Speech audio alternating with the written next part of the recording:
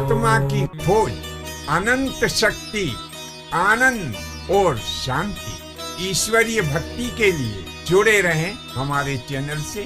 आपका अपना चैनल गुरु अशोक तिवारी, लाइक और सब्सक्राइब करना ना भूलें। धन्यवाद। जय माता की, जय परशुराम। श्री गणेशाय नमः। यमराज।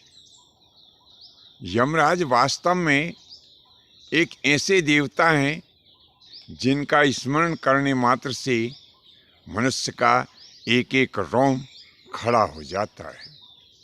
मन में एक आकृति उभरती है कि भैंसे के ऊपर बैठे हुए, हाथों में पाश लिए हुए, बड़ी बड़ी आँखें और बड़ी बड़ी मूँछों वाले ऐसे देवता की जब मन में आकृति उभरती है तो भय होना स्वाभाविक है। एक एक रोम खड़ा हो जाता है। अब जैसे वर्तमान में हम जो यमराज जी का वर्णन कर रहे हैं, इस वर्णन को सुनने मात्र से ही निश्चित ही दर्शकों के एक एक रोम खड़े हो रहे होंगे।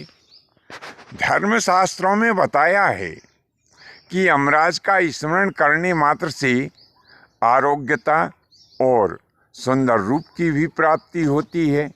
अब आपके मन में यह सवाल भी उठ रहा होगा कि जब यमराज का स्मरण करने मात्र से आरोग्यता प्राप्त होती है, सुंदर रूप भी प्राप्त होता है, तो फिर यमराज के मंदिर क्यों नहीं हैं? क्यों किसी मंदिर में उनकी प्रधान देवता के रूप में पूजा क्यों नहीं होती? तो आज हम इसी के संबंध में चर्चा करने जा रहे हैं। धर्मशास्त्रों में यमराज का जीवन में केवल एक ही बार दर्शन करने का विधान है।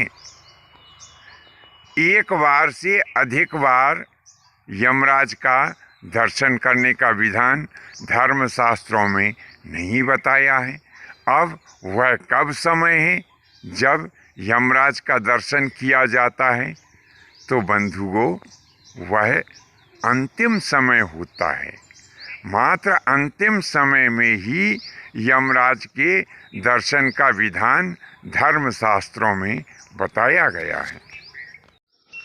और इस अंतिम समय के अतिरिक्त यदि आप कभी भी सपने में भी यदि यमराज की बात तो छोड़िए, यदि उनके वाहन महिष का भी दर्शन कर लेते हैं तो ज्योतिष ग्रंथों में यह बताया है कि ऐसा सपना बड़ा ही अशुभ माना जाता है और इसका फल यह होता है कि निश्चित ही भविष्य में आपके ऊपर कोई प्राणघातक जैसी विपत्ति आने वाली है।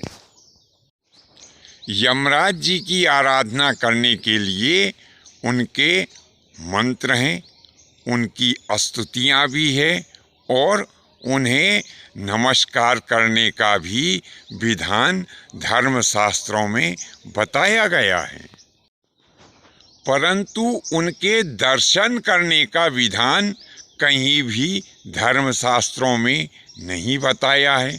अब जैसा कि हमने पहले ऊपर बताया है कि केवल एक ही बार उनके दर्शन करने का विधान है और वह समय होता है व्यक्ति का अंतिम समय।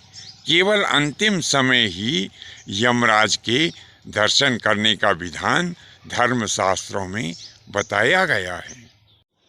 अब जैसा कि हमने बताया है कि यमराज को प्रसन्न करने के लिए उनके मंत्र हैं, स्तुति हैं, उन्हें नमस्कार करने का भी विधान है और वर्ष में एक बार जब ये छोटी दीपावली आती है उस दिन एक चौमुखा दीपक जलता हुआ दक्षिण दिशा की तरफ यमराज के नाम से रखा जाता है। इससे भी यमराज प्रसन्न होते हैं। कहते हैं यदि इस दीपक को तिल के तेल से या सरसों के तेल से प्रज्वलित किया जाए तो बड़ा ही अच्छा रहता है। जब किसी के यहाँ किसी की मृत्यु हो जाती है और उसका त्रयोदशा जैसा कोई कार्यक्रम होता है, तो इस त्रयोदशा के अंतर्गत जो सपिंडी नाम का कार्य होता है, इस सपिंडी के पहले भगवान विष्णु, भगवान ब्रह्मा जी और भगवान रुद्र के साथ में यमराज की पूजन करने का विधान गरुड़ पुराण में बताया गया है। यानी इस दिन यमराज का पूजन मृतक के स्वर्ग जाने की कामना से हम कर सकते हैं। परंतु स्वतंत्र रूप से ऐसे मंदिर जिनमें यमराज ही प्रधान देवता हैं, ऐसे मंदिर धर्मशास्त्र सम्मत नहीं होते। हाँ, इतना अवश्य है कि कई मंदिरों में उपमूर्तियों के रूप में यमराज की मूर्ति लगाई जा सकती है, परंतु प्रधान देवता के रूप में किसी भी मंदिर में यमराज को प्रतिष्ठित नहीं किया जाता है। ऐसा ही वर्णन धर्मशास्त्रों में प्राप्त होता है। बंधुओं, जानकारी आपको कैसी लगी नीचे कमेंट्स बॉक्स में अवश्य लिखें। धन्यवाद। जय माता की, जय परशुराम जी की।